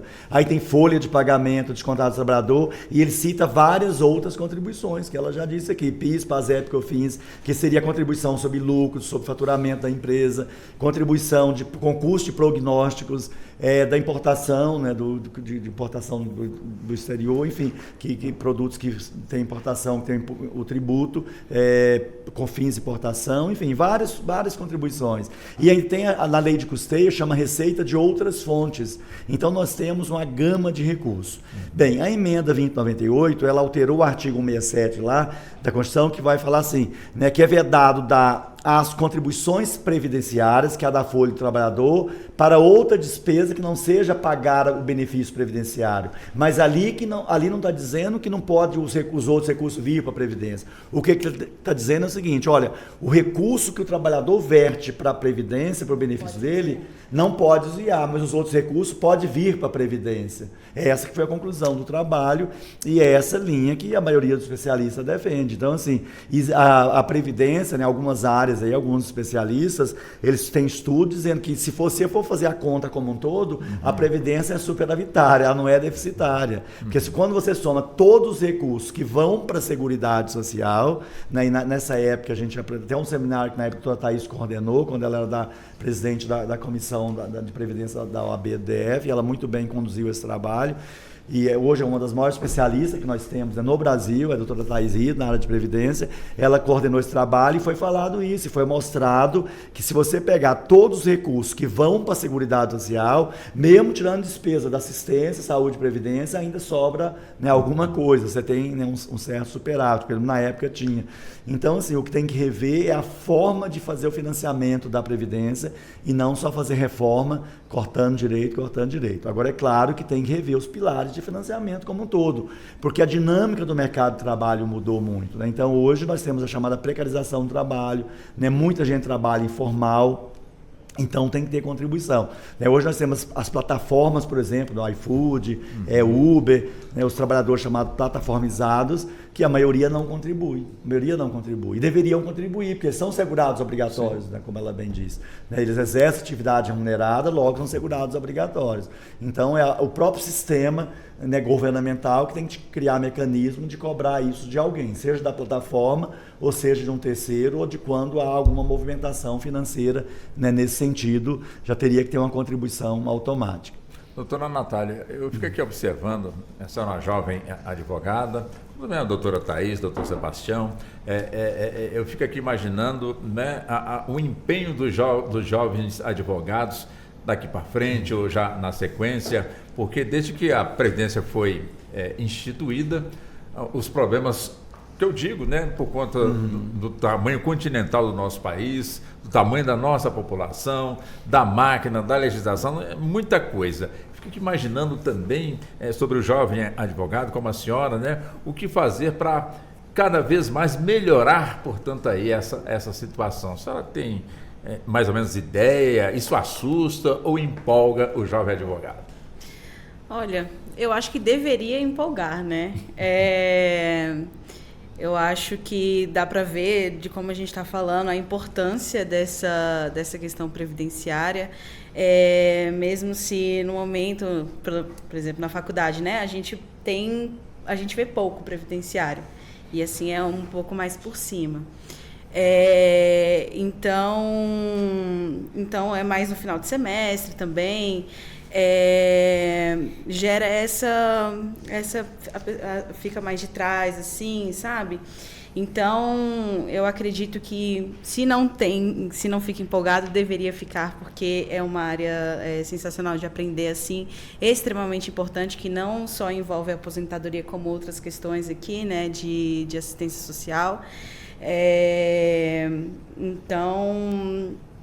Então seria isso mesmo. Tá ótimo. Super importante. Doutora Thaís, ainda neste campo, portanto, como a senhora apontou, o Código Previdenciário Nacional, o que mudaria na vida da pessoa que, de alguma forma, ela está registrada aí na Previdência, né? Com o Código, facilitaria para quem? A vida da Previdência, a vida dos contribuintes.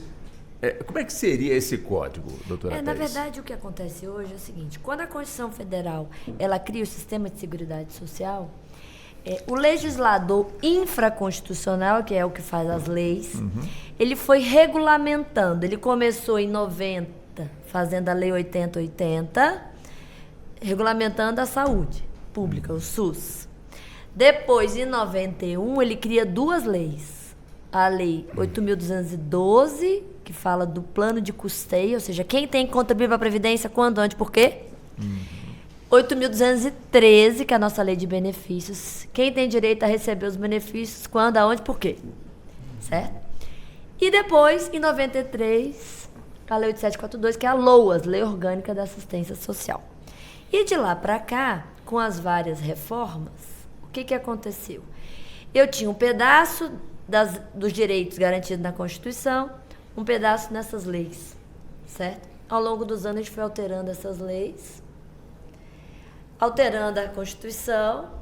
A última, em especial, desconstitucionalizou vários direitos. Se você pegar a Emenda Constitucional 103, ela só tem os primeiros artigos falando de Constituição, o resto tudo é matéria infraconstitucional. Ela fala assim: enquanto não vier lei posterior, fica valendo essa regra.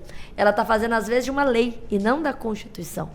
E isso não foi organizado, não foi sistematizado. O que isso gera? Uma dificuldade da pessoa entender as regras previdenciárias. Eu tenho que ter lei. A lei ela tem que ser acessível à população. Olha, nem os estudiosos, eu dou aula há 15 anos de direito previdenciário, conseguem estudar previdenciário sozinho. Porque é um emaranhado de normas, é uma coxa de retalho. Então, iria ao encontro essa sistematização para que tanto os profissionais, e aí entra todo o Poder Judiciário, né, nós advogados, que mexem com essas leis, que têm que interpretar essas leis, pudessem ter algo, né, dentro de uma lógica, dentro de algo sistematizado, uma facilidade na hora de lidar com as leis, quanto a população, ela conseguir ver onde, ou seja, quais são os meus direitos? Eu vou lá no Código ver.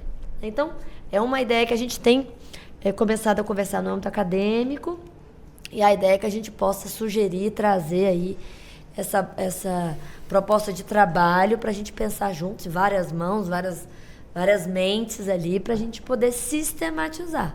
Nessa sistematização, seria importante aproveitar e já modernizar as fontes de custeio, já fazer estudos algumas situações de risco do brasileiro e fazer alguns ajustes aí pontuais naquilo que a gente entende ali que talvez tenha tido algum retrocesso ou alguma revisão inadequada. E o que está faltando para ter justamente este código? Na verdade, a gente começou já a fazer os estudos, agora tem que ir para o Congresso. Entendi. Nós vamos ter que fazer toda uma mobilização política aí, mas acho que tem espaço, que seja... Lógico que nós, juristas, a gente quer que seja feita uma análise do direito, né? E a gente gostaria que não entrasse tanto viés, situação, oposição, mas sim o que for melhor para o Brasil. Perfeito. Né? Agora, doutor Sebastião, a gente percebe muito que quando se fala de previdência, a gente enxerga a União. Ou seja, vamos colocar assim, né, o poder federal. Estados e municípios caberiam dentro de uma descentralização da previdência, no sentido de colaborar de alguma forma e fazer também o cumprimento de algumas partes para que se somassem num único objetivo e dessa forma não, de certa forma, deixasse a nossa Previdência praticamente sozinha ali, né, no campo da União, desenvolvendo um trabalho tão grande. Evidentemente que o pessoal que está no município enxerga a União, poxa, por que não resolve a situação? Está ali a Prefeitura, que podia dar uma colaboração, está ali também o Estado, que de alguma forma também podia dar uma colaboração. Caberia dessa descentralização, doutor Sebastião? Eu já acho complicado no âmbito da Previdência Pública, porque a Previdência, o chamado regime, né, nós temos basicamente 2 regimes de Previdência públicos obrigatórios. Nós temos o Regime Geral de Previdência, o RGPS, que é gerido pelo INSS, que pela estrutura e pela logística, eu não consigo vê-lo descentralizado para estados e municípios. Por quê? Porque ao lado do regime geral de previdência, que é obrigatório para todo mundo que é CLT, que é trabalhador da iniciativa privada, você tem os chamados regimes próprios. Aí tem um regime próprio da União, que é para os servidores da União efetivos. Você tem os regimes próprios dos estados, que seria, digamos, a previdência para os servidores efetivos dos estados. E você tem os regimes próprios dos municípios.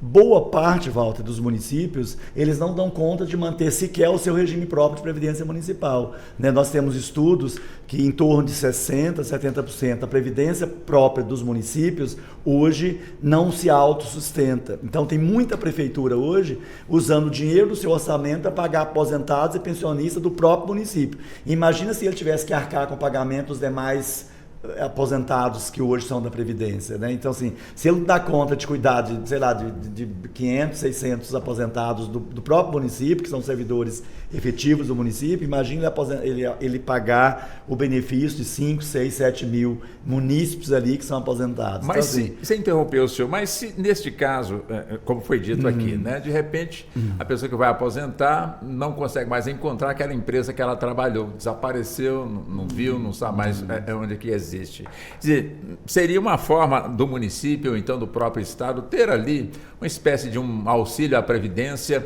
daquela empresa que já existe naquele município, para que ela de fato fique ali registrada, e quando a Previdência de alguma forma perceber que um cidadão, uma cidadã quer aposentar, mas não tem ali aqueles dados da empresa, recorre então à Prefeitura ou então ao Estado para ver se ela tem ali aquele registro. Seria mais ou menos nesse sentido. Ajudaria? Entendi. De forma subsidiária, sim, porque pode ser o município, por exemplo, também arrecada tributos. Para arrecadar tributos, ele teria que fazer o cadastro das empresas.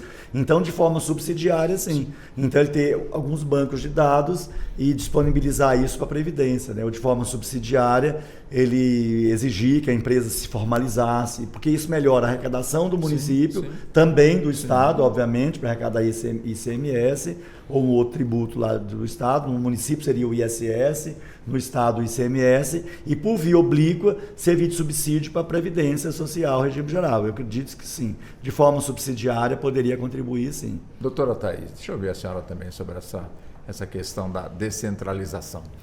O que o INSS tem feito, porque o INSS, a Previdência, é uma política nacional, né? Então é a mesma lei para todos no Brasil. A gente vai ter leis distintas no caso de servidores públicos, porque aí sim a Constituição trouxe uma competência concorrente, né, da União, dos Estados e Federal na hora de legislar dos servidores públicos. Mas em relação aos trabalhadores da iniciativa privada, só a União pode né, lidar. Então, o que a gente tem visto e acho que tem que ser aprimorado são convênios. Convênios que você tem feito, que a gente faz com cartório, com sindicatos, com empresas, para que essas informações possam ser automatizadas, que elas possam ser verídicas. Então, se a gente hoje tem condição de melhorar a informação, e essa informação ela é essencial para o sujeito ter direito ao benefício, eu penso sim que podemos aprimorar essa rede de informações para que a coisa seja mais rápida, mais automatizada. É muito comum uma pessoa quer aposentar, ela precisa da certidão lá do município que ela trabalhou em 1900 e bolinha, e é uma luta para conseguir essa certidão, porque o INSS vai precisar que venha essa certidão de lá. São coisas que poderiam muito bem ser automatizadas e aprimorada. Então, acho que vai ao encontro de uma melhor prestação de serviço, a gente aprimorar, sim, esses meios e modos, né, de obter essas informações, obviamente sempre do que aconteceu, né, e combatendo as fraudes, mas agilizando esse processo. Doutor Sebastião. Volto refletindo aqui na sua pergunta, eu acabei de pensar aqui e pode sim, eu pensei em novas formas como o município, o Estado poderia colaborar com a Previdência, mesmo sendo uma norma federal, nacional, porque ela vincula todo mundo, que é hoje a política gerida pelo INSS. Por exemplo, na área de incapacidade, você imagina, a pessoa é atendida pelo SUS, aí ele quebrou uma perna, quebrou o braço, sofreu um acidente, que é bastante comum. Aí ele vai na Previdência requerer um benefício por incapacidade, né? Um antigo auxílio-doença, que hoje a reforma chama de auxílio por incapacidade temporária, o antigo auxílio-doença. Você vê, mesmo ele tendo ido no SUS, que é atendido lá no município onde ele mora, ele foi numa unidade do SUS, ele pega uma atestado dizendo que quebrou a perna, vai ficar afastado 90 dias. Olha que absurdo. Ele requer um benefício previdenciário, um auxílio por incapacidade temporária, aí tem que aguardar uma perícia da Previdência, que vai ser feita daqui 6 meses, 1 ano, para dizer, realmente, você quebrou a perna, vai ficar afastado 90 dias. Só que aquilo já cicatrizou, já consolidou. Ora, a perícia é um fato visível. Sim. Como que você vai periciar uma cirurgia, uma perna quebrada, 6 meses, 1 ano depois? Por que não se faz um convênio com o sistema de saúde, por exemplo, já que a Seguridade é integrada, com o sistema de saúde, para dizer, olha, você já passou pelo SUS? Já, então eu vou puxar no sistema o seu lado e já vou habilitar seu benefício. Agilizaria e muito. Também vai requerer um benefício previdenciário. Por que a unidade do município, por exemplo, hoje, salvo engano, é obrigatório, todo município tem que ter a unidade do CRAS, que é aquele Conselho Regional de Assistência lá, que a pessoa vai fazer CAD único, para cadastrar para Bolsa Família. Por que aquela unidade ali já não seja ampliada para ser uma unidade de Seguridade Social? E aquela pessoa ali, aquele profissional, que normalmente é uma assistente social que está ali trabalhando, ela já conhece essa sistemática toda, já auxilia, por exemplo, ela citou aqui do rural, por exemplo, requerer um benefício rural, ou um benefício da assistência, ou um outro benefício mesmo previdenciário, porque ela já tem uma certa formação, né? Porque hoje nós temos município do Brasil tão pequeno que ele tem um CRAS, mas às vezes não tem um escritório de advocacia, por exemplo. Né? Isso é comum, eu sei que onde minha mãe mora mesmo não tem, que é um município muito pequeno, mas tem um CRAS. Eu lembro que eu visitei minha mãe agora no final do ano, lá tem uma unidade do CRAS lá. Então poderia ser, por exemplo, um ponto de auxílio, de uma primeira informação, ou disponibilizar um computador ali, um sistema para a pessoa ir lá, acessar o meu INSS, enfim. Então eu acho que, né, repensando aqui sua pergunta, eu acho que nesse sentido, tanto os municípios, né, quanto o Estado poderia auxiliar. E talvez muito mais os municípios, né? Porque como alguém já disse, não lembro quem foi, que a pessoa mora no município e não na União e no Estado, né? E é capilarizado, né? Então, assim, a capilaridade, né, do Brasil se dá pelos municípios e não pelo Estado e pela União. Que foi a ideia muito inteligente na Constituição de criar o SUS. Uhum. O SUS, Sistema Único de Saúde, a ideia na Constituição foi poder ter políticas públicas nacionais de forma descentralizada e ramificada. Uhum. Então, o objetivo é eu conseguir ter um posto de saúde em todos os municípios e aí você conseguir distribuir aquela política pública. Seguindo a linha do SUS, porque o SUS ele é muito bem feito. O problema é que ele é subfinanciado. Muito você veja, quando chegou a vacina, foi rapidinho. Temos mais de 30 anos aí. Ele tem que ser melhor financiado. Mas foi criado o SUAS, Sistema Único de Assistência Social, espelhado no SUS. Por isso que tem se feito o quê? O SUAS, Sistema Único de Assistência Social, é uma forma da mesma forma do SUS, trazer políticas públicas em âmbito nacional de forma descentralizada e capilarizada. Como o Bolsa Família é uma das políticas públicas relevantes no país hoje, que depende desse Sistema Único de Assistência Social, o professor Faustino estava falando, tem se procurado criar esses CRAS, que é esse Centro de Referência de Assistência Social, nos estados e nos municípios, para ter um lugar para a pessoa ir lá requerer o Bolsa Família. Ora, eu não posso usar essa rede descentralizada e regionalizada da mesma forma que lá atrás usaram o INSS para poder pedir o BPC. O benefício de prestação continuada é um benefício assistencial que é deferido pelo INSS, que não é assistência. Eu teria que pegar o BPC e levar para o CRAS. Esse já seria um primeiro ponto, porque ele é assistência, ele não é previdência. E já que eu tenho esse ponto no município, de repente eu não vou ter uma agência do INSS, por que não ali eu já ter um ponto de apoio modernizado, digitalizado, já que a previdência quer ser modernizada, que tenha lá um servidor orientando. Então, é sim possível, e é esse, acho que o objetivo que a gente tem que lutar para que a gente consiga ter verdadeiramente ali a previdência como algo acessível. Perfeito. Bom, como o nosso tempo está já caminhando para o encerramento, e eu já estou aqui já administrando o tempo, eu só peço licença às doutoras, também ao senhor doutor. Tenho aqui um minutinho para trazer as manchetes do nosso jornal que entra no ar daqui a pouquinho, tanto na TV como também no rádio. Então eu peço licença para trazer aqui as manchetes que já foram me enviadas aqui pelos editores, pelos redatores. Então vamos lá. Por determinação do Supremo Tribunal Federal, a plataforma de vídeos Rumble tem até amanhã para indicar um representante legal no Brasil. O julgamento sobre a revisão da vida toda das aposentadorias vai ser reiniciado no plenário físico do Supremo. STF forma maioria para validar o indulto natalino aos condenados com penas inferiores a 5 anos. Ministério Público denuncia torcedores que participaram de confrontos de torcidas organizadas no Recife. Judiciário de Mato Grosso intensifica ações de combate à violência de gênero. E Judiciário do Rio Grande do Sul participa do lançamento do 4º Prêmio de Jornalismo da Justiça Federal. O Jornal da Justiça desta sexta-feira, 21 de fevereiro, começa logo mais às 18 horas. Bom, já administrando aqui o nosso tempo, doutora Natália, evidentemente, agradecendo muito a presença da senhora. E uma pergunta simples. Doutora Natália, que com toda certeza está estreando num debate, estreou realmente muito bem e com toda certeza tirou de letra este assunto, né, doutora Natália?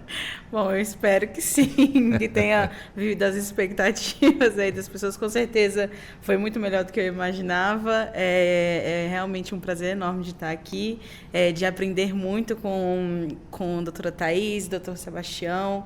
É realmente uma tarde assim, de muito conhecimento. Perfeito, que bom que a senhora gostou e a gente agradece muito, esperamos tê-la mais vezes aqui no nosso debate, tá bem? Com certeza. Doutor Sebastião, vamos lá com 3 minutos, o senhor fica à vontade para as considerações finais, por favor. A Previdência Social, eu digo que ela é de suma importância, né? A maioria das pessoas, né, a maioria não se dá conta de como a Previdência é fundamental na vida de todo brasileiro.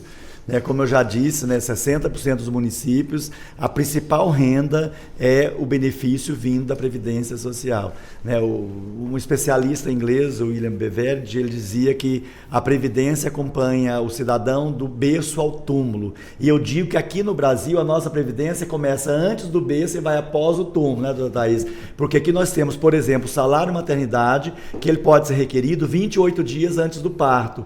E quando a pessoa falece, o seu dependente recebe a pensão por morte por longos anos. Então, assim, no Brasil ainda é mais amplo, quer dizer, começa antes do túmulo e vai depois, começa antes do berço e vai após o túmulo. Então, a Previdência, ela é fundamental e tem que ser um direito melhor pensado e repensado para que o seu financiamento seja estruturado de modo que de tempos em tempos não tenha que fazer uma revisão só para reduzir direitos, mas sim rever as novas formas de financiamento, levando em conta a dinâmica do trabalho, do mercado de trabalho e a nova realidade que nós não podemos ignorar, que isso veio para ficar. A geração mais jovem, eles não querem um emprego formal, e isso ficou claro quando se tentou recentemente fazer a reforma do Uber, da plataforma, que eles não quiseram, que empregados nós não queremos ser, podemos ser uma outra coisa que não empregado. Mas a lei já define, eles são segurados obrigatórios porque exercem atividade remunerada, então que contribua dessa forma que hoje seria o contribuinte individual. Então é isso, muito obrigado, agradeço aqui a oportunidade. Parabéns pelo trabalho que vocês fazem, de uma importância fundamental para todo cidadão brasileiro. Deixa eu conceder mais um minutinho para o senhor, porque eu não gosto de ficar com dúvida, e ouvinte também não, né? A pessoa que tem, portanto, uma ação no INSS, em busca, portanto, ali de um auxílio, e de repente está demorando muito. Aí ela resolve ingressar na justiça. Mas só que para ingressar na justiça tem que esperar, portanto, aí a decisão administrativa, ou seja, da instituição pública. Quer dizer, a pessoa pode entrar com outra ação, já que aquela não resolveu, então eu ingresso com uma outra ação na justiça para rever, portanto, o mesmo pedido que está ali sendo aguardado a definição junto à INSS, doutor Sebastião? Não, o que nós orientamos é que ele não faça um novo pedido do benefício, é que ele pleiteie a revisão ou a análise daquele pedido já feito, porque implica em pagamento retroativo, de atrasados. Então, se você faz um novo pedido, pressupõe que você está desistindo do anterior.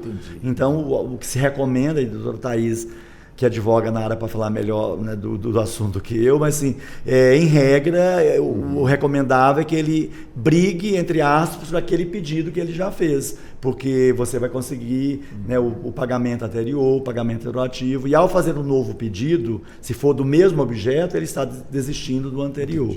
Então ele pode pedir informações, como anda aquele pedido dele, pelo meu INSS ou pelo 135, e aí não tendo, né, a sua demanda esclarecida, ele pode procurar apoio de um especialista, de um advogado, para que essa demanda dele seja atendida, né, se for o caso, com ação judicial nesse sentido, mas daquele pedido já feito anteriormente.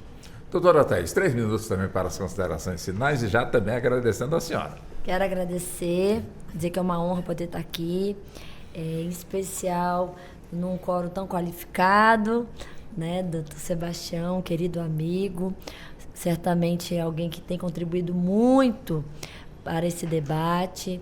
Doutora Natália, parabéns aí por estar estreando hoje.